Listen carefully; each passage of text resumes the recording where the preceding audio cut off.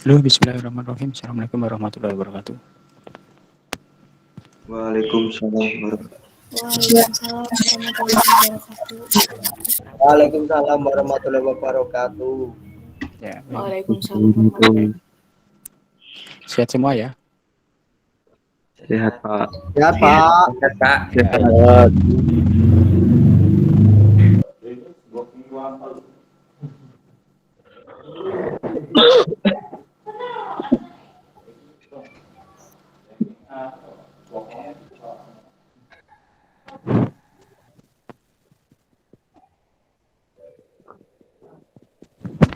Baik, hari ini kita akan bahas ya mengenai apa namanya? Oh, bentar ya.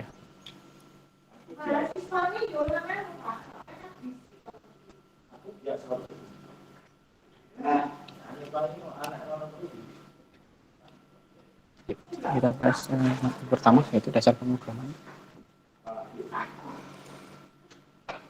Sudah kelihatan belum PowerPoint-nya? Sudah Pak. Oke.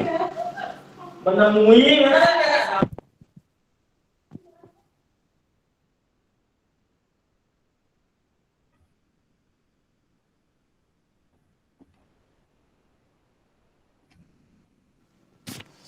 Baik, pada waktu kita mau belajar pemrograman ya atau bahasa pemrograman ya, maka kita harus kenal dulu algoritma. Nah, untuk ini kita ada sampaikan dulu mengenai apa itu pemrograman ya.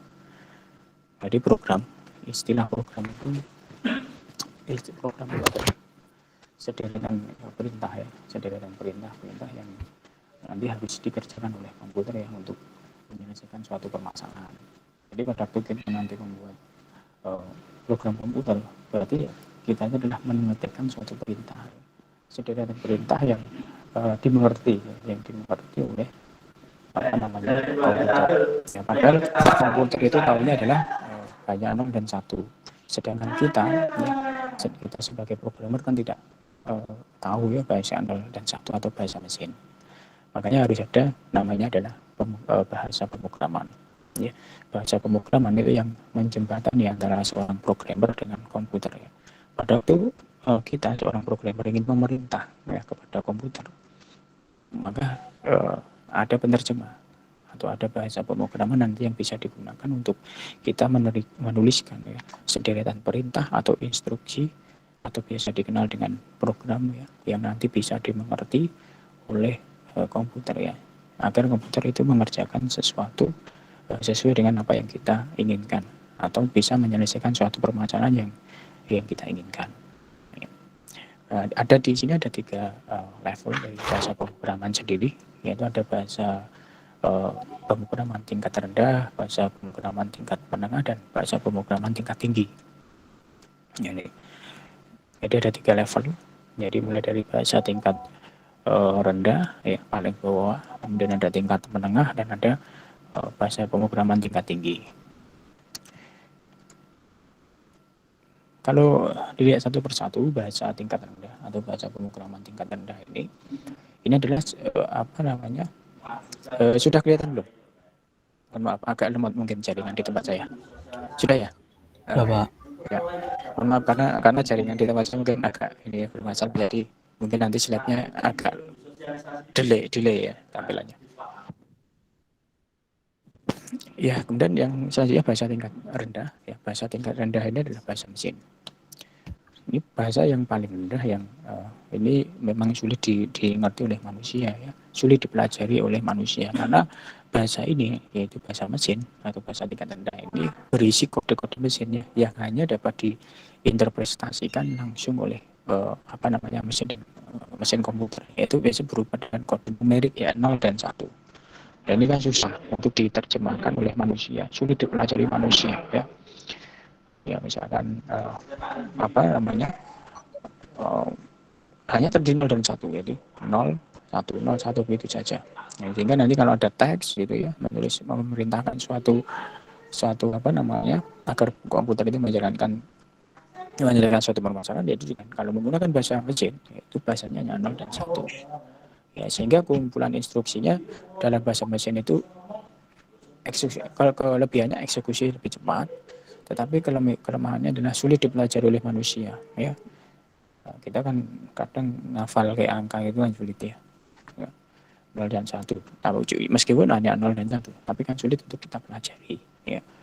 Ini bahasa tingkat rendah, bahasa paling bawah yaitu bahasa mesin, ya, yang berisi kode-kode mesin yang hanya dapat diinterpretasikan langsung oleh mesin komputer. Ya, biasanya berupa kode numerik 0 dan 1. Kemudian yang selanjutnya adalah bahasa tingkat menengah. Ya, bahasa tingkat menengah ini bahasa assembly. Ya. Bahasa assembly yaitu bahasa simbol dari bahasa mesin. Ya. Contoh bahasanya adalah add, ya. Ini contoh bahasa mesinnya add. Kalau yang bahasa tingkat rendah tadi hanya 0 dan 1 ya. Ya, kalau ini bahasa menengah ini sudah dikodekan ya. Jadi sudah disimbolkan. Jadi bahasa mesin tadi atau bahasa tingkat rendah tadi disimbolkan. Contohnya add, mul, sub, dan seterusnya. Ya, sekumpulan kode dalam bahasa assembly. Di bahasa tingkat menengah bahasa assembly. Kalau yang bahasa tingkat terendah tadi adalah bahasa mesin, ya. Kemudian tingkatan di atasnya adalah bahasa assembly atau bahasa tingkat menengah. Kelebihannya eksekusi juga lebih cepat, ya, masih dapat dipelajari daripada bahasa mesin, ya, sehingga orang bisa manusia itu bisa mempelajari bahasa ini daripada tadi bahasa mesin, ya, karena sudah berupa simbol, ya, simbol dari bahasa mesin, contohnya mul, sub, dan seterusnya. Tetapi tetap sulit juga dipelajari, ya, karena programnya juga sangat panjang, ya. Nah, meskipun lebih sedikit mudah dipelajari daripada bahasa mesin tadi, ya, tetapi juga sama saja masih sulit, ya, untuk kita pelajari, ya, karena program ya sangat panjang. Kalau programnya cukup panjang maka sulit untuk mempelajari ini juga. Nah, ini bahasa assembly atau bahasa tingkat menengah. Kemudian yang ketiga tadi bahasa tingkat tinggi. Bahasa tingkat tinggi ini bahasa generasi ketiga, ya, di programming language, di bahasa pemrograman. Bahasa ini lebih dekat dengan bahasa manusia, ya. Jadi bahasa ini lebih dekat dengan bahasa manusia sehingga memberikan banyak fasilitas kemudahan dalam pembuatan program, ya. Misalnya variabel, tipe data, konstanta, ya, struktur kontrol, looping, ya, fungsi, prosedur, dan lain sebagainya. Contoh bahasa yang digunakan di sini bahasa tingkat tinggi, ini ada bahasa Pascal, ada bahasa Basic, ada bahasa C++, ada bahasa Java. Ini kelebihannya mudah dipelajari, ya, karena mendekati permasalahan yang akan dipecahkan. Ya, kode program lebih pendek, namun kelemahannya eksekusinya lebih lambat, ya. Namun kelebihannya tadi, ya, mudah dipelajari oleh manusia karena lebih dekat dengan bahasa manusia, ya. Jadi biasanya dalam bentuk bahasa Inggris biasanya ini, ya, karena banyak coding, bahasa ini bahasa Inggris, ya. Ini bahasa tingkat tinggi, ya. Ini bahasa tingkat generasi ketiga, ya, di bahasa pemrograman. Ini lebih dekat dengan bahasa manusia. Contohnya tadi, ya, bahasa Pascal, bahasa Basic, C++, Java. Nah, ada istilah dari bahasa tingkat tinggi, ada translator, ya. Bahasa di pemrograman ada istilah translator. Translator itu penerjemah, ya, penerjemah dari bahasa tingkat tinggi menjadi atau ke bahasa tingkat rendah. Jadi translator itu penerjemah. Jadi misalkan kita itu mau berbicara dengan orang bule misalkan, ya. Kalau bule tidak tahu bahasa Indonesia, kita juga tidak tahu bahasa Inggris misalkan, ya, kan berarti harus membutuhkan penerjemah di sana, ya, translator, sehingga yang nanti yang akan menerjemahkan dari bahasa kita, ya, bahasa Indonesia menjadi bahasa Inggris, atau mereka bahasa Inggris menjadi bahasa Indonesia. Ini sama, ya, translator ini di bahasa pemrograman tingkat tinggi ini sebagai penerjemah antara bahasa tingkat tinggi menjadi ke bahasa tingkat rendah. Bahasa tingkat tinggi ini adalah bahasa pemrograman tingkat tinggi tadi yang lebih dekat pada bahasa manusia, sedangkan bahasa tingkat rendah adalah bahasa mesin tadi. Sehingga translator ini sebagai penerjemah dari bahasa tingkat tinggi yang dimengerti oleh manusia dengan bahasa tingkat rendah yang hanya dimengerti oleh komputer, ya. Kemudian ada assembler, interpreter, dan compiler, ya. Assembler ini penerjemah, ya. Assembler ini penerjemah dari bahasa assembly ke bahasa mesin, ya. Kalau translator itu penerjemah dari bahasa tingkat tinggi ke bahasa mesin atau bahasa rendah, ya, ke bahasa tingkat rendah, ya. Kemudian kalau assembler adalah apa tadi, penerjemah dari bahasa tingkat menengah ya, assembly kan menengah ya, penerjemah dari bahasa tingkat menengah atau assembly ke bahasa mesin. Ini ya, ini karena kan intinya semua harus dimengerti oleh komputer gitu kan ya. Komputer tahunya adalah bahasa tingkat rendah ya, atau bahasa mesin tadi kan. Sedangkan manusia itu kan sulit untuk mempelajari, untuk mengerti bahasa mesin. Ya, sehingga solusinya itu tadi ya, kalau kita menggunakan bahasa tingkat menengah, maka butuh namanya assembly yang nanti akan menerjemahkan dari bahasa tingkat menengah atau bahasa assembly ke bahasa mesin. Kalau kita menggunakan bahasa tingkat tinggi ya, maka butuh translator ya, yaitu penerjemah dari bahasa tingkat tinggi ke bahasa tingkat rendah. Bahasa tingkat tinggi ya tadi, kalau kita menggunakan bahasa pemrograman misalkan bahasa Pascal, bahasa C, bahasa Java, itu diterjemahkan ya, perintah yang kita tuliskan di bahasa Pascal atau C atau bahasa Java itu nanti akan diterjemahkan atau menggunakan translator ya, diterjemahkan ke bahasa mesin gitu. Kemudian interpreter ini perintah itu akan diterjemahkan, ini konsepnya, konsep menerjemahkannya ya, menerjemahkan dari bahasa tingkat tinggi ke bahasa tingkat rendah atau bahasa mesin ya, atau bahasa tadi yang assembler ke bahasa mesin ya. Ini interpreter ini adalah perintah itu diterjemahkan baris demi baris ya. Jadi penerjemahan kode program itu diterjemahkan dari baris per baris. Kalau bahasa pemrograman itu menggunakan interpreter, jenisnya interpreter ya. Perintah itu akan diterjemahkan dari baris demi baris. Jadi program tidak dianalisis seluruhnya dulu, tetapi dilakukan secara baris per baris. Sehingga kelebihannya mudah bagi user ya melakukan perbaikan, karena pendeteksian kesalahan itu baris per baris ya, akan diterjemahkan baris per baris. Apabila ada kesalahan di baris pertama, maka dia hanya akan berhenti di baris pertama dulu sebelum nanti ke baris berikutnya. Intinya interpreter ini dia akan mengecek ya kode program atau perintah program itu baris per baris ya. Jadi baris pertama dulu dicek ada kesalahan, kalau tidak ada lah baru lanjut ke baris kedua, kalau tidak ada kesalahan baru lanjut baris ketiga dan seterusnya. Tapi kalau misalkan ada kesalahan di baris keempat, maka dia akan berhenti di situ. Interpreter akan berhenti di baris keempat kan. Tujuannya apa? Agar si programmer membetulkan dulu perintah yang salah itu. Setelah dibetulkan nanti dijalankan lagi ya, interpreter akan melakukan cek lagi ke baris berikutnya begitu, sehingga memudahkan bagi user untuk melakukan debug ya, perbaikan program lebih cepat ya. Contoh bacanya adalah basic, list dan seterusnya. Kemudian yang kedua ada compiler ya. Penerjemah yang kedua compiler. Kalau compiler ini menerjemahkan kode programnya secara keseluruhan ya. Jadi tidak berbaris-berbaris, tapi seluruh program itu akan diterjemahkan sekaligus.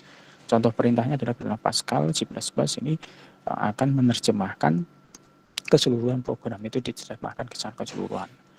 Ya, ini contoh bahasa compiler. Mohon maaf izin sebentar ya. Sebentar saja.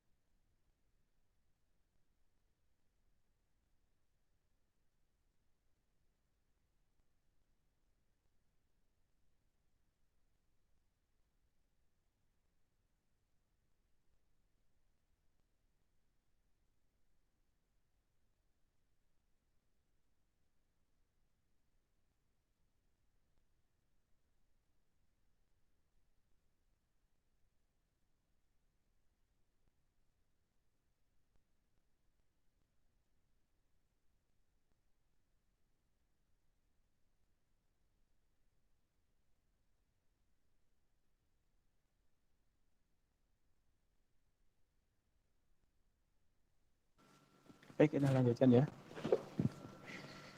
Ini compiler ya. Jadi compiler itu menerjemahkan kode program itu secara keseluruhan ya, sekaligus. Jadi kalau interpreter tadi baris per baris, kalau ini secara keseluruhan ya. Ini paradigma bahasa pemrograman ya. Jadi kalau kita dan apa namanya, bahasa pemrograman, kemudian ada imperatif, deklaratif ya. Ini ada imperatif, ada bahasa secara prosedural, contohnya ada C++, Pascal, Fortran Basic ya. Kemudian ada yang berbasis OOP, ya, Object Oriented Programming ya. Kemudian ada paralel dan seterusnya. Ini paradigma. Ini sejarahnya kenapa ada algoritma ya. Jadi ditinjau dari asal usul dari kata algoritma sendiri kan mempunyai sejarah yang aneh ya. Jadi orang itu hanya menemukan ya kata algoritma ya, yang berarti proses menghitung ya pada itu dengan angka Arab ya.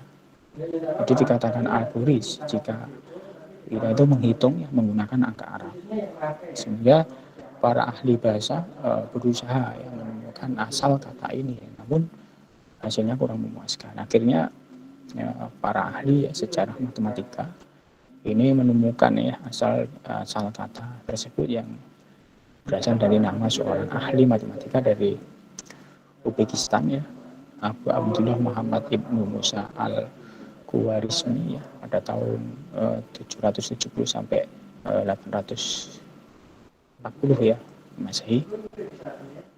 Ya, Al-Khwarizmi ini dibaca orang Barat ya menjadi algoritma. Ya. Al-Khwarizmi ini menulis buku yang berjudul Kitab Al-Jabar ya, wal Muqabalah, yang artinya adalah buku pemugaran dan pengurangan ya. Jadi buku pemugaran dan pengurangan ya, The Book of Restoration and Reduction ya, dari judul buku itu. Kemudian kita juga memperoleh akar kata dari Al-Jabar ya. Nah, ini memang sebenarnya orang-orang dulu itu memang pintar-pintar ya, jadi sudah bisa menemukan Al-Jabar ya, Al-Jabar atau Al-Jabar matematika ya. Nah, itu sudah ditemukan orang-orang dulu, sehingga kita orang-orang sekarang kan mengembangkan ya. Tapi sebenarnya ini sudah ditemukan ya, perhitungan matematika itu sudah ditemukan oleh orang-orang zaman dulu, sehingga orang-orang zaman dulu itu memang penemu pertama ya, termasuk algoritma ini juga salah satunya adalah penemunya orang yang terdahulu. Kemudian perubahan kata dari algoritma ya, menjadi algoritma ya, dari algoritma menjadi algoritma ini muncul ya, karena kata algoritma ini sering dikelirukan atau disalahkan dengan aritmatik ya, aritmetik atau aritmatika, sehingga akhiran SM atau sum ini berubah menjadi tem ya, algoritma, dari algoritma menjadi algoritma, karena perhitungan dengan angka Arab itu sudah menjadi hal yang biasa ya. Jadi perhitungan menggunakan angka Arab sudah menjadi biasa, maka lambat laun ya kata algoritma ini berangsur-angsur dipakai sebagai metode perhitungan atau komputasi ya, secara umum ya. Jadi algoritma itu berangsur-angsur dipakai sebagai metode perhitungan atau komputasi secara umum, sehingga kehilangan makna kata aslinya ya, yang dari awalnya adalah algoritma ya, kemudian oleh ini lambat laun ya digunakan kata algoritma ya, yang dipakai untuk metode perhitungan secara komputasi ya, secara umum ya, sehingga kehilangan makna kata aslinya. Dalam bahasa Indonesia kata algoritma itu diserap menjadi algoritma nih, kalau di Indonesia algoritma itu kita serap menjadi algoritma ya. Itu sejarah dari kenapa algoritma ya, itu sejarahnya dulu adalah seperti itu ya. Kemudian definisi sendiri algoritma ya, kita bisa mendefinisikan algoritma ya. Jadi algoritma ini logika ya, logika, kemudian metode ya, dan tahapan ya, urutan ya, ya, secara sistematis yang digunakan untuk memecahkan suatu permasalahan. Jadi algoritma itu logika ya, kemudian atau metode ya, logika, metode dan tahapan atau urutan ya, yang secara sistematis yang digunakan untuk memecahkan permasalahan. Dari Kamus Besar Bahasa Indonesia ya, di Kamus Besar Bahasa Indonesia di Balai Pustaka tahun 1980 ya, secara formal mendefinisikan bahwa algoritma ini adalah urutan logis ya. Jadi urutan logis pengambilan keputusan untuk pemecahan masalah. Jadi dari kamus besar bahasa Indonesia ya. Jadi algoritma ini urutan logis ya, pengambilan putusan untuk pemecahan masalah. Maaf ini berhenti sebentar ya, jaringan di tempat saya putus. Mohon maaf sebentar ya.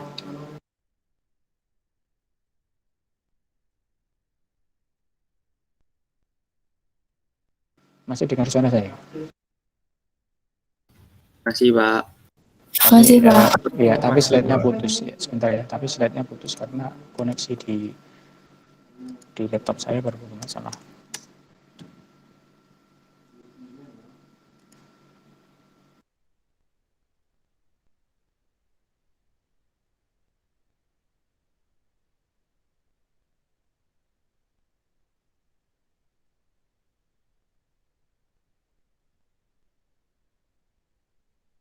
Ya ini lah kalau online ya seperti ya, kadang kita itu jaringan lancar, kadang putus itu ya dimaklumi ya, mungkin dari teman-teman yang berada di rumah di daerah yang ini ya kita maklumi kalau nanti misalkan putus, connect lagi putus ya seperti itu ya.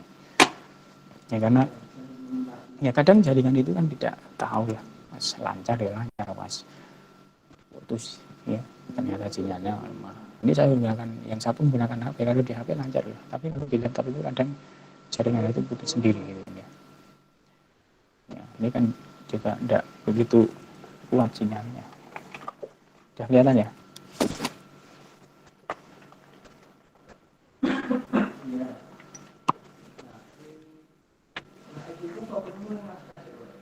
Oke, kita lanjutkan tadi ya. Sudah kelihatan PPT-nya? Ya, Pak. Ya, sudah kelihatan. Udah, Pak. Oke. Itu ya, jadi algoritma itu urutan logis ya, pengambilan keputusan untuk pemecahan permasalahan. Maksudnya memecahkan masalah yang berkaitan dengan nanti dengan komputer ya. Pada waktu kita membuat suatu program untuk menyelesaikan suatu permasalahan ya dengan menggunakan komputer, maka untuk membuat program tersebut dibuat dengan menggunakan algoritma ya. Jadi urutan yang logis dalam pengambilan keputusan untuk pemecahan permasalahan.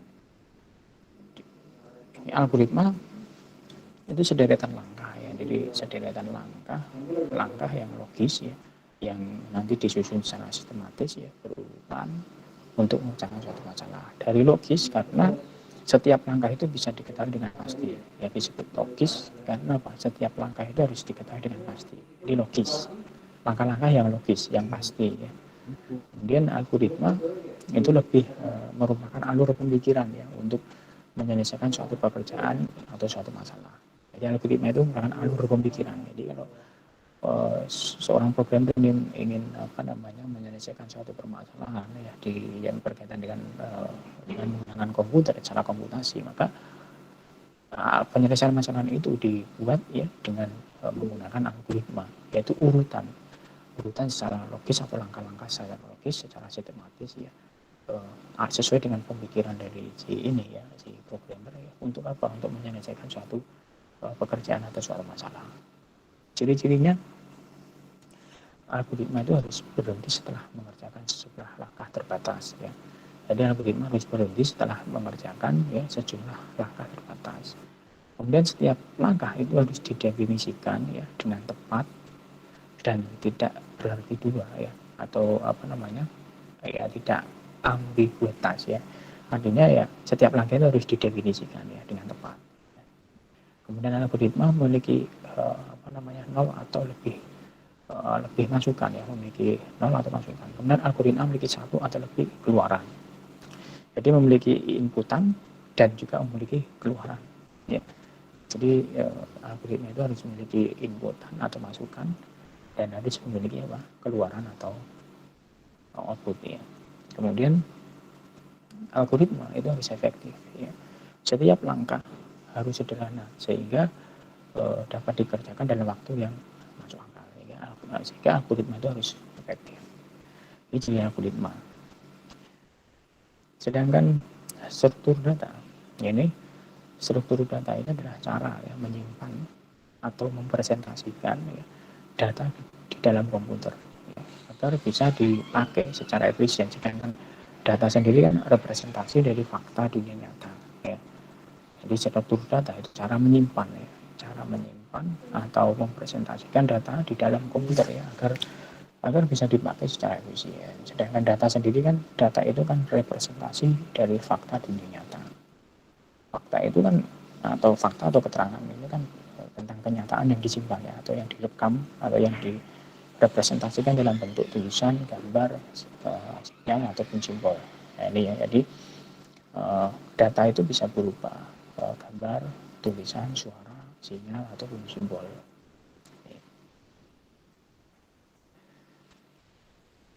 Kemudian ada tipe data ya, tipe data. Nanti ada beberapa tipe data, itu tipe data sederhana. Tipe data sederhana ini tipe data tunggal ya, ada dua ya, tipe data sederhana ada dua, yaitu tipe data tunggal dan majemuk.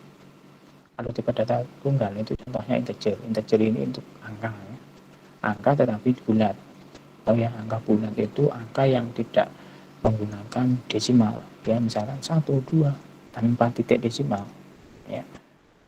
Paham ya, nanti harus dibedakan nanti mana data itu untuk angka tunggal dan angka yang angka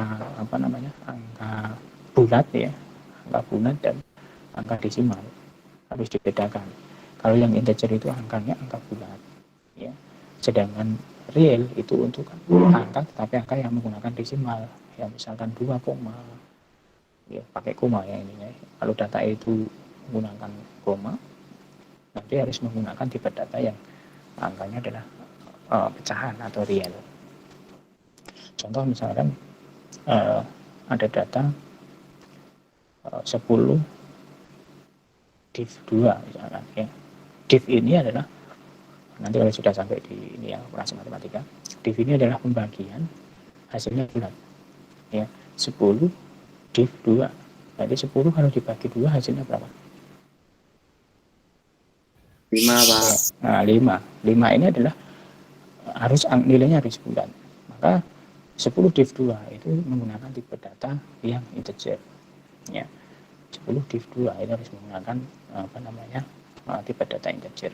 Berbeda kalau 10 dibagi pakai garis pembagi itu ya, 10 dibagi 2 hasilnya berapa?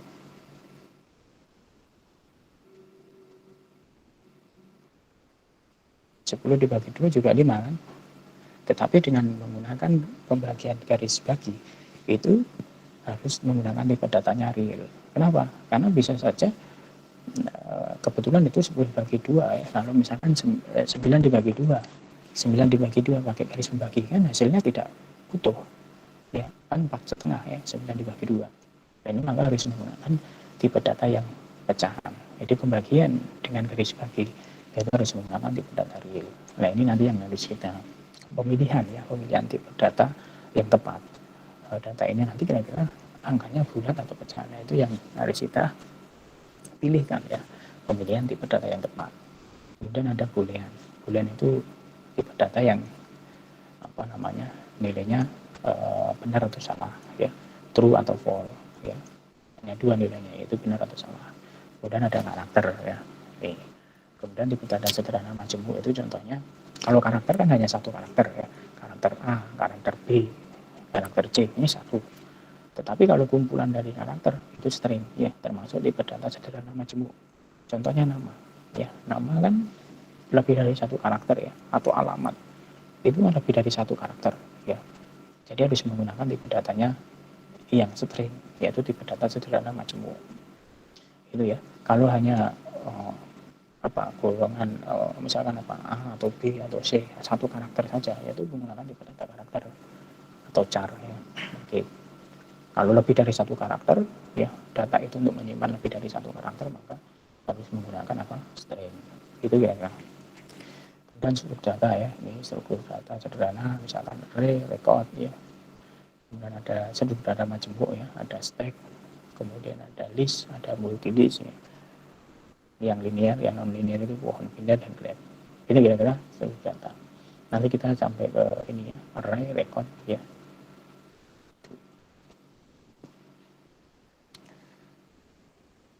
Kemudian belajar memprogram dan belajar baca pemrograman.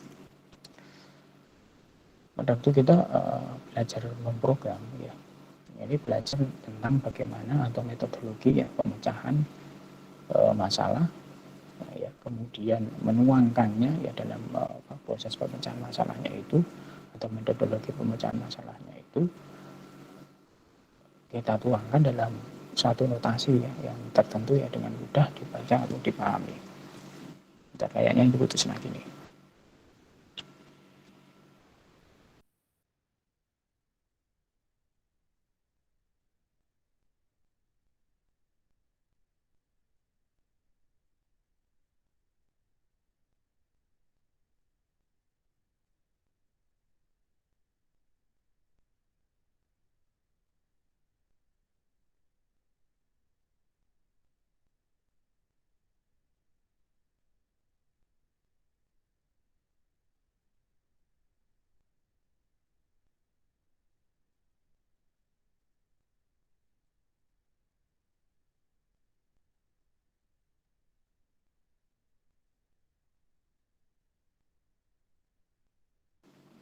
Ini ya. Jadi belajar program itu belajar tentang metodologi ya pemecahan masalah, kemudian menuangkannya ke dalam suatu notasi tertentu yang mudah atau mudah dibaca atau dipahami. Belajar pemrograman ini belajar memakai bahasa pemrograman ya. Nah, belajar memakai suatu bahasa, aturan tata bahasanya, instruksi-instruksinya, dan tata cara pengoperasian kompilernya ya, untuk membuat apa? Untuk membuat program yang ditulis dalam bahasa itu saja. Itu belajar pemrograman. Notasi algoritma, ya, penulisan algoritma itu tidak tergantung dari spesifikasi bahasa pemrograman. Jadi tidak, penulisan algoritma tidak tergantung pada satu bahasa pemrograman saja atau dari spesifikasi bahasa pemrograman dan komputer yang mengeksekusinya. Jadi umum. Jadi notasi algoritma itu umum. Nanti kalau kita mau membaca notasi algoritma itu bisa diterjemahkan untuk membuat program dengan menggunakan bahasa pemrograman apapun. Jadi penulisan algoritma itu tidak tergantung dari spesifikasi bahasa pemrograman dan komputer yang untuk mengeksekusinya. Notasi algoritma bukan notasi bahasa pemrograman ya. Jadi notasi algoritma itu bukan notasi bahasa pemrograman, tetapi nanti dapat diterjemahkan ke dalam berbagai bahasa pemrograman. Ya. Jadi yang pertama tadi perlu dipahami, notasi algoritma, penulisan algoritma itu tidak tergantung dari spesifikasi bahasa pemrograman atau komputer yang akan mengeksekusinya. Jadi penulisan algoritma itu tidak tergantung dari spesifikasi bahasa pemrograman nanti yang akan digunakan apa, kemudian komputer yang harus digunakan harus seperti ini, tidak. Kemudian notasi algoritma itu juga bukan notasi bahasa pemrograman, tetapi nanti dapat diterjemahkan ke dalam berbagai bahasa pemrograman. Jadi nanti bisa diterjemahkan dari berbagai bahasa pemrograman. Itu penulisan notasi algoritma. Kemudian notasi algoritma ini uraian yang pertama adalah ada uraian kalimat secara deskriptif atau narasi ya. Misalkan contoh ya.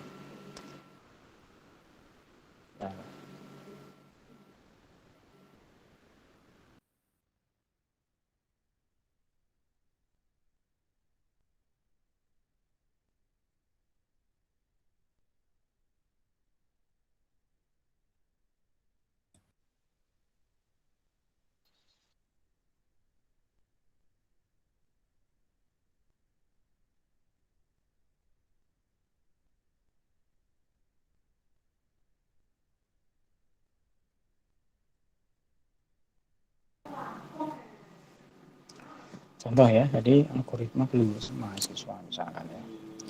Jadi algoritma kelulusan mahasiswa diberikan nama dan nilai mahasiswa. Jika nilai tersebut lebih besar atau sama dengan 60, maka mahasiswa tersebut dinyatakan lulus. Jika nilai itu lebih kecil dari 60, maka dinyatakan tidak lulus. Ini contoh ya. Jadi algoritma untuk mencari kelulusan mahasiswa. Mahasiswa itu dinyatakan lulus ya, diberikan nama dulu ya, yang diinputkan atau yang diinputkan ya diberikan nama dan nilai mahasiswa, itu artinya inputannya adalah nama dan nilai mahasiswa. Kemudian untuk menyatakan lulus atau tidak, maka ini ada syaratnya. Jika nilai yang diinputkan tersebut lebih besar atau sama dengan 60, maka mahasiswa tersebut lulus. Jika nilainya jika nilainya lebih kecil atau 60, lebih kecil 60, maka dinyatakan tidak lulus ya. Ini apa namanya, ini ya, jadi jika nilai tersebut lebih besar atau sama dengan 60, maka mahasiswa tersebut dinyatakan lulus. Tetapi jika lebih kecil dari 60, maka dinyatakan tidak lulus. Ini contoh kasus ya. Kemudian deskripsinya seperti ini ya.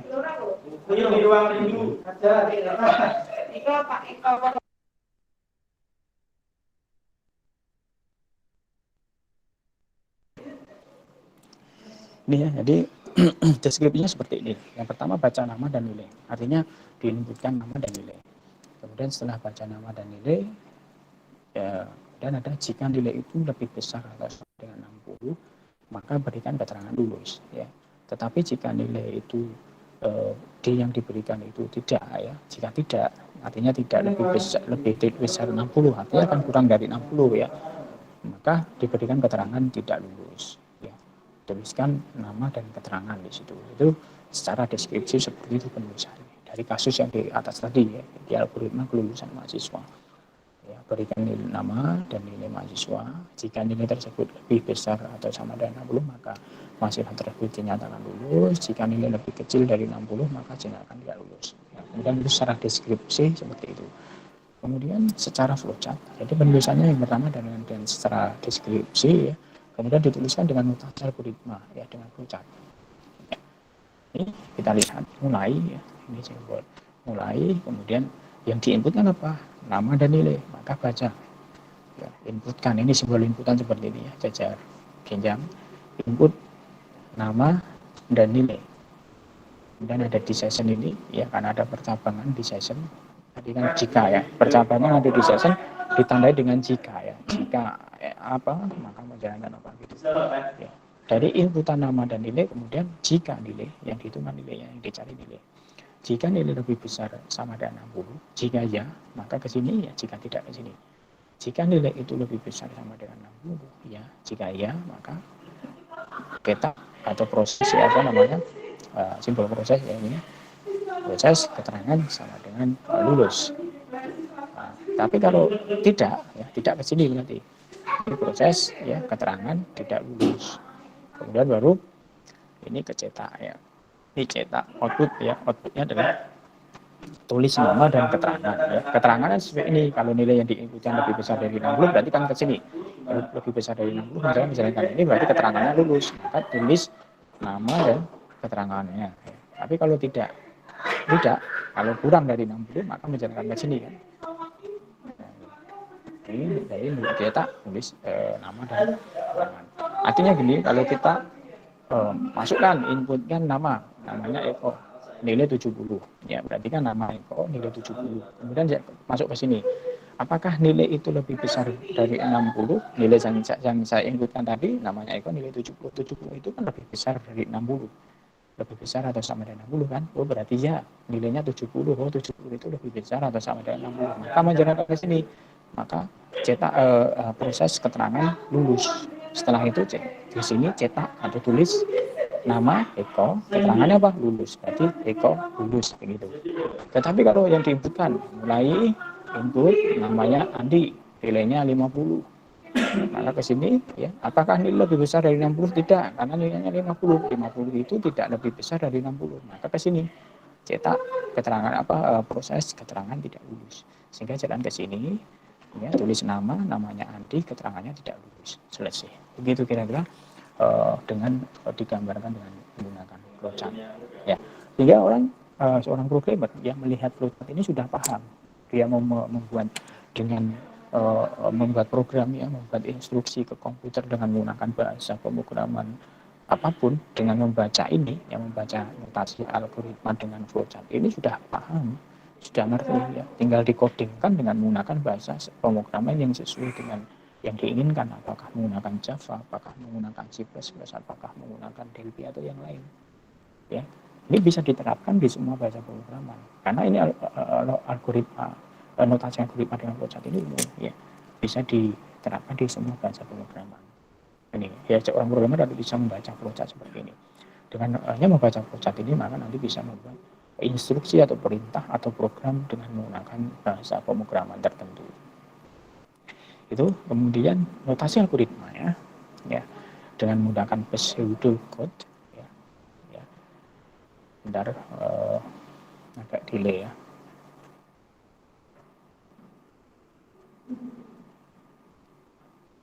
Nah, ini ada 3 bagian, yaitu judul, deklarasi, deskripsi ya.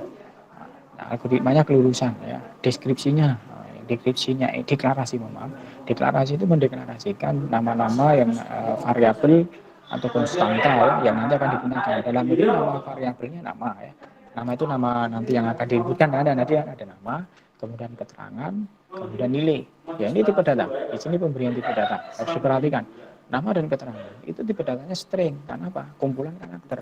Jadi kan namanya Eko, Andi, kan lebih dari 1 karakter. Keterangan juga sama kan, keterangan tadi lulus, tidak lulus, berarti kan lebih dari 1 karakter. Maka menggunakan tipe datanya ada string. Maka nama, keterangan, artinya variabel nama, variabel keterangan, itu nilainya tipe datanya string. Kemudian nilai titik 2 tipe datanya integer. Kenapa integer? Ya mungkin ini dalam hal ini kita berikan integer, artinya biar memasukkan nilainya bulat ya 70, 60, tidak ada nilai pecahan misalkan ya. Kalau nanti nilai yang diinputkan ada pecahannya, misalkan 60,5, 70,2, 70,25 misalkan, nah, itu bisa menggunakan real. Tapi dalam hal ini kita menggunakan integer agar nilai yang dimasukkan itu bulat ya. Kemudian deskripsi, baca read ya, read nama, nilai, yang diinputkan adalah nama dan nilai. Nah, ini read nama, nilai. Kemudian if ya, jika nilai lebih besar sama dengan 60, then ya keterangan lulus. Else ya keterangan tidak lulus. Write cetak ya, berarti ini tulis, read baca ya, write mencetak atau menulis ya, tulis variabel nama dan keterangan. Variabel namanya sesuai yang diinputkan ya, keterangannya sesuai dengan hasil yang ini secara pseudocode ya, seperti ini. Ya, aturan dari pseudocode tadi ya, judul algoritma yang ada judulnya ya, judul program atau judul algoritmanya, kemudian deklarasinya dan deskripsinya. Jadi ada 3 bagian ini ya. Ada bagian judul tadi ya, ini judul algoritma kelulusan, kemudian ada bagian deklarasi, kemudian ada bagian deskripsi. Paham ya? Oke, ini. Kemudian ini ada beberapa operator aritmatik ya, tadi ada ini pembagian ya. Bagian seperti ini dengan ini beda ya. Kali ini sama-sama bagi. Kalau ini dengan hasilnya bisa pecahan, misalkan tadi ya 10 dan dibagi 2 dengan pembagian ini, maka tipe datanya harus real ya, karena pembagian seperti ini itu hasilnya tidak selalu bulat ya. Misalkan 9 dibagi 2 dengan ini kan hasilnya 4,5. 10 dibagi 2 dengan ini hasilnya 5, kebenaran utuh. Tetapi tipe datanya harus real. Tetapi kalau div ini pembagian hasilnya apa? Bulat. Misalkan 10 div 2 maka 5, 9 div 2 maka 4 hasilnya, setengahnya hilang. Titik komanya hilangkan. Kalau pembagian dengan div ya hasilnya bulat, maka tipenya tadi integer kan. Jadi 9 div 2 maka 4, 7 div 2 3 ya, 7 div 3 berapa? 7 div 3 2 ya. Titik desimalnya hilang. Kemudian ini perkalian, mod itu sisa hasil bagi ya. Jadi misalkan ada 10 mod 3, 10 mod 3, 10 dibagi 3 sisa berapa? 1 berarti hasilnya ya. 10 dibagi 3 kan dapat 3 sisa 1, berarti mod itu adalah sisa hasil pembagian. Ini juga tipe datanya integer. Kemudian ini level rendah ya, closement. Kemudian ini hanya digunakan untuk bilangan bulat tadi ya, mod dan div ini untuk bilangan bulat. Contohnya ini misalkan 5 dikurangi 2 tambah 1 misalkan. Dan ada 5 dikurangi 2 dikalikan 3 ya. Kemudian ini ada 6 ditambah 3 dikalikan 4 ya. Ini contoh untuk menggunakan operasi aritmatik ya penggunaannya. Nanti kalau di coding ya sama ya, penggunaan aritmatikanya juga menggunakan tanda simbol-simbol aritmatik ini atau operator aritmatik ini ya. Pembagian, perkalian, div mod ya. 10 mod 5 Tapi nanti kalau di coding program itu menggunakan variabel ya, misalkan variabel angka 1, variabel angka 2, maka bisa saja nanti angka 1 dikurangi angka 2 ya, variabel yang di apa namanya dituliskan, atau angka 1 mod angka 2 misalnya. Ya, ini tadi tipe data ya, tipe data sudah.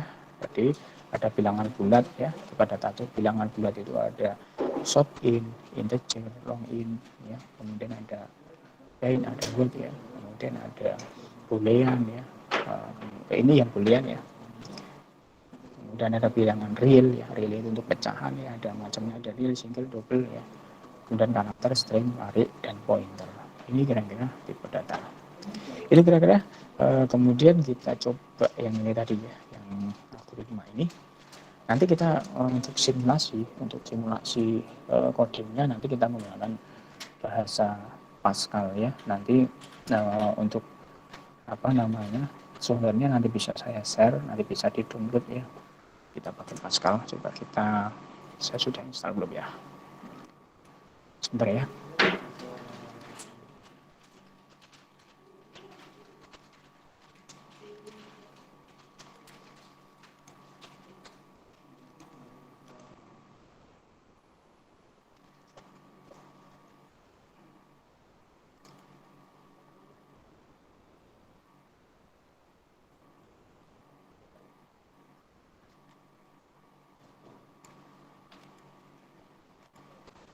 Ya, nanti materi saya share di Learning ya.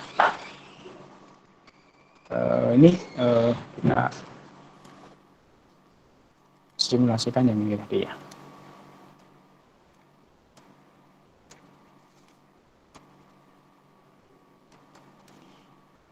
Sebentar, ini punya saya agak lemot sekali. Yang PC, yang laptopnya ini jaringannya ya. Nah, ini tadi kan dari menggunakan flowchart ya, flowchartnya seperti ini ya. Ini dengan menggunakan pseudotype ya, seperti ini. Jadi enak, Anda menggunakan flowchart kemudian ditulis dalam bentuk pseudocode, dan nanti bisa dituliskan ya di kode program. Sekarang di sini ya, ini bahasa Pascal, kita tulis ini ya, ini kan ada judul ya, judul program, maka kita tulis program apa itu algoritma, tidak boleh pakai spasi ya, lalu tulisan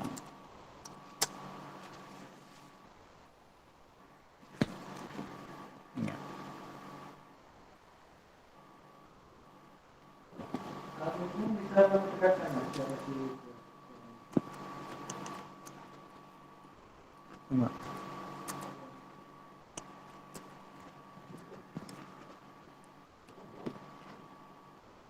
Ya, setelah judul program, terus ini aktifkan UCRT. UCRT itu untuk nanti dan deklarasi ya, deklarasi di sini mendeklarasikan ada variabel nama, keterangan, tipe datanya string, dan nilai tipe datanya apa? Integer ya, kayak kita deklarasi variabel, mendeklarasikan variabel, nama variabelnya nama, koma, keterangan, tipe datanya string. Ini contoh dulu ya, nanti kita akan membahas lebih lengkap di logika percakapan, karena ini ada logika percakapan yang ternyata ya. Kemudian nilai kedua apa itu? Integer ya, integer ya. Oke, kemudian ini bagian deklarasi ya. Ini bagian deklarasi di sini, deklarasi. Kemudian bagian deskripsi itu merupakan isi programnya ya, isi kodenya. Nah, dalam ini dibagi begin, is antara begin dan end ya, end titik. Oke, end titik. Nah di sini, ini letak di bagian apa? Deskripsinya di sini. Nah, itu yang pertama input nama dan nilai kan, read ya, membaca nama dan nilai. Berarti kita cetak dulu teksnya ya, apa namanya, inputkan nama.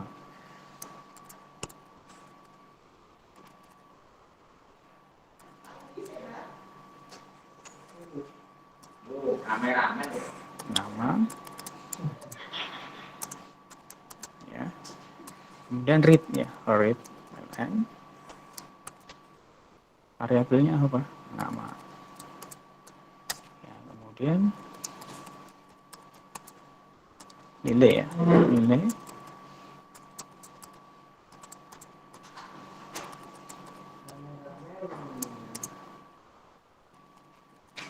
Oke ya, ini baru read. Kemudian ada ini ya, logika if ini ya, maka if ya jika nilai lebih besar sama dengan 60, then apa tadi keterangan ya, lulus. Kemudian kalau tidak ya, else keterangan tidak lulus. Oke. Kemudian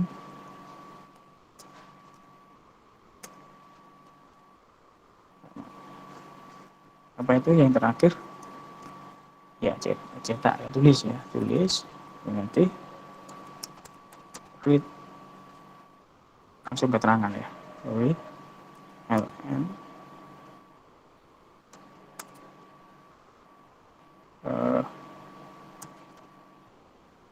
hasil misalkan ya, hasil variabelnya ke atas keterangan ya, variabelnya kan keterangan tuh. Kemudian ini ya, ya ini seperti ini. Kita coba dulu nih, mudah-mudahan bisa nih. Nah itu ini kodenya ya, tadi ini adalah instruksi ya, instruksi atau kode program dari terjemahan dari algoritma ini yang kita tuliskan di bahasa Pascal ya. Kalau kita beri nama ya, disimpan dulu ya, itu nama. Oh ini seharusnya namanya di sebelah kanan ya, nanti bisa diganti deh. Oh 70, nah, hasilnya lulus. Dan ini tidak usah pakai ln ya, karena ln itu di baris, read saja ya. Apa ya, oke ini dibersihkan layarnya ya, membersihkan layar itu CLLSCL, clear screen ya. Ini jadi CLLSCL itu membersihkan layar. Kita coba jalankan ya, namanya Andi, nilainya 70 ya, namanya Andi, nilai 70 ya, dan ini ya hasilnya apa, lulus. Dan kalau kita coba lagi yang tidak lulus ya, nama Juni, nilainya 56 ya, nilai 56, maka keterangannya apa, hasilnya apa, tidak lulus karena di bawah dari 60. Itu kira-kira. Jadi kalau ditulis dengan menggunakan kode di bahasa pemrograman ya, nanti kita coba hasilnya seperti ini. Ini dari algoritma yang ini ya, dari notasi yang ini dengan menggunakan pseudocode. Kalau ini dengan menggunakan algoritma, membaca ini juga bisa seharusnya ya, membaca dengan notasi algoritma flowchart ini juga bisa dibuat codingnya ya dengan menggunakan bahasa pemrograman. Begitu kira-kira. Begitu untuk hari ini. Ada yang mau ditanyakan dulu? Silahkan, ada pertanyaan. Ya, ada pertanyaan?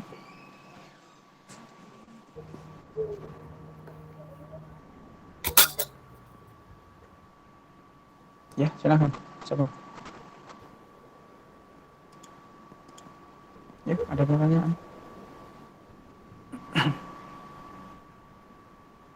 Masih belum paham, Pak. Belum paham ya. Ya, silakan Muhammad Restu. Muhammad Restu, silakan. Pakai aplikasi apa ya, Pak? Pakai Free Pascal nanti ya untuk uji coba untuk pengkodingannya, untuk penerapan algoritmanya. Pakai Free Pascal nanti saya share. Setelah nanti saya share di apa namanya? Di e-learning ya. Itu ada yang mau tanya lagi?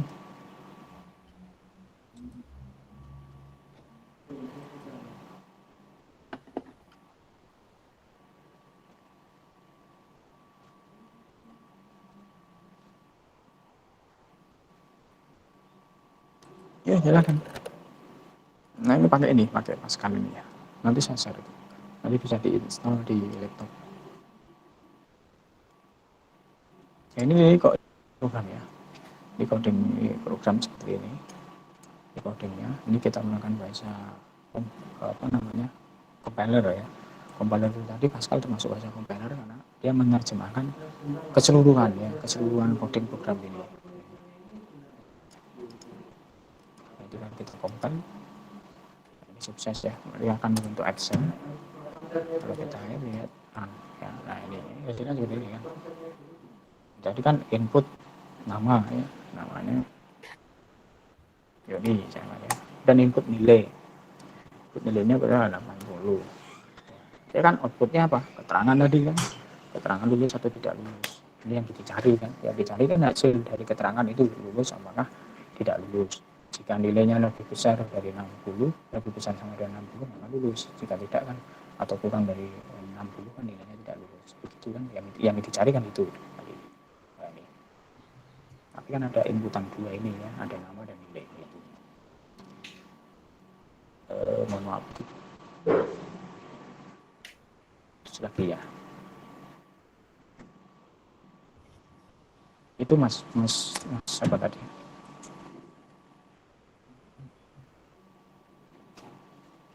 Ada lagi?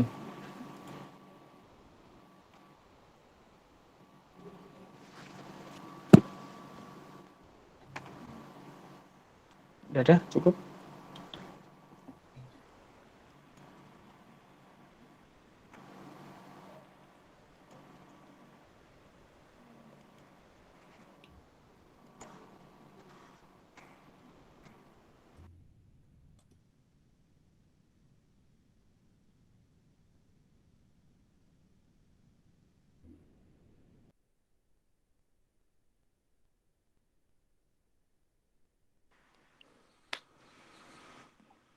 Pak, Iya, mau silakan. bertanya. Ya. Itu hanya inputan aja atau cuma menghitung lulus atau enggaknya, atau itu udah diinput datanya, jadi semua ada hasilnya. Jadi, ya. Bentar ya.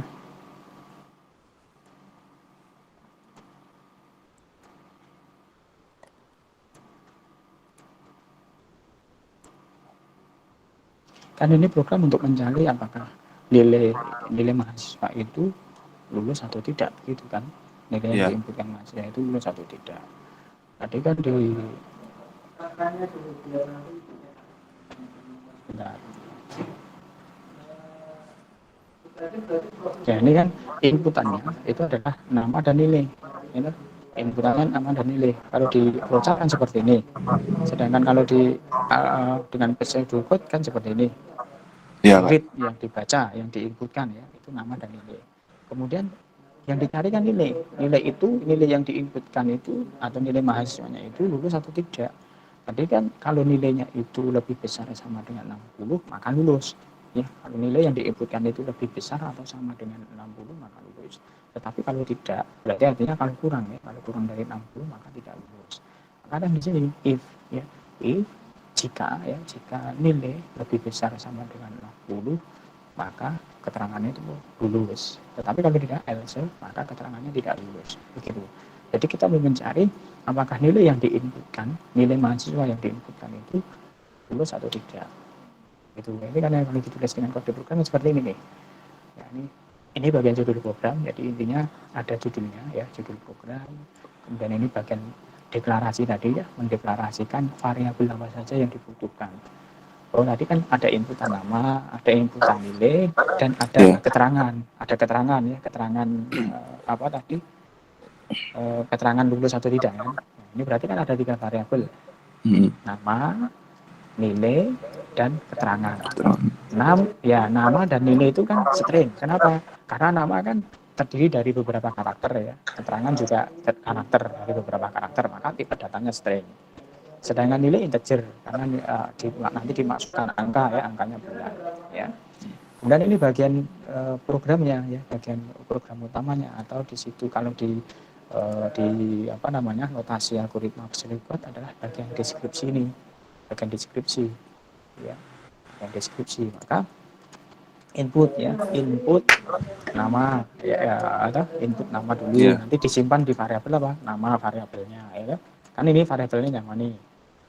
Pada nanti kita menginputkan nama, maka disimpan di variabel nama.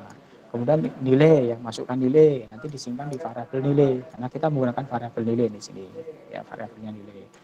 Kemudian mencari setelah diinputkan nilai, nama dan nilai, mencari apakah nilai yang diinputkan itu lulus atau tidak.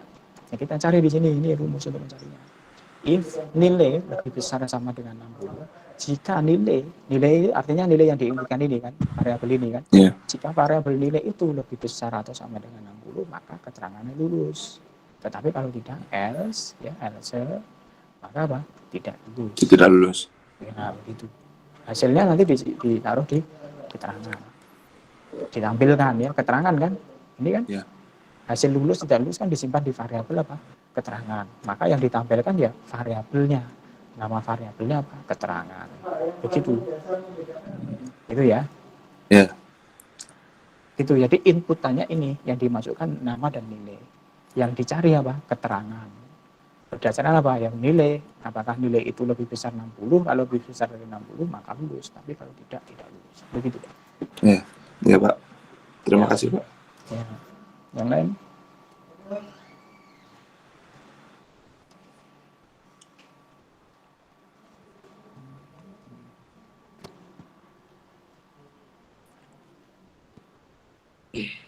Misi Pak. Sudah cukup? Halo Pak.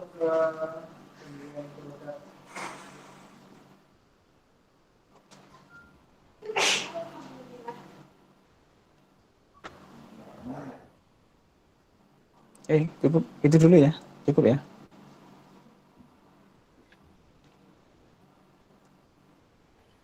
Baik, kalau cukup nanti silahkan kembali ke e-learning untuk melakukan presensi, dan nanti materi saya upload di e-learning ya, materi ini PPT-nya.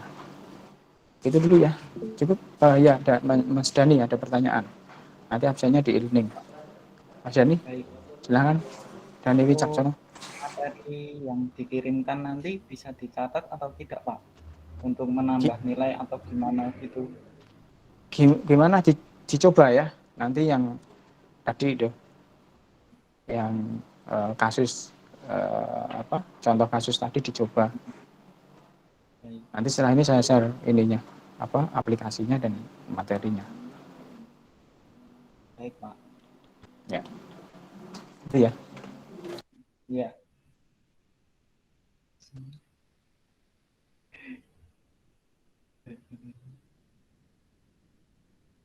Materinya itu dicatat atau tidak?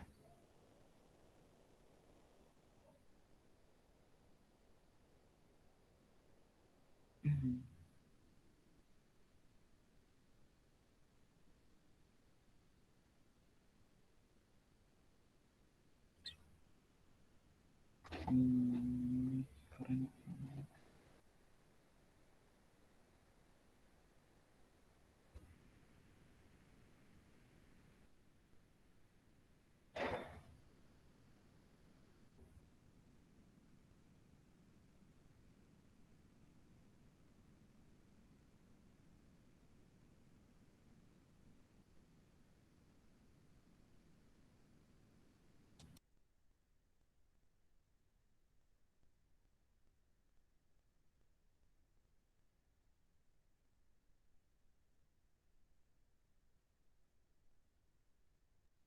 Oke, gitu dulu. Silahkan kembali ke e-learning, absen dulu. Nanti materinya akan segera saya upload setelah ini ya. Saya tak dulu.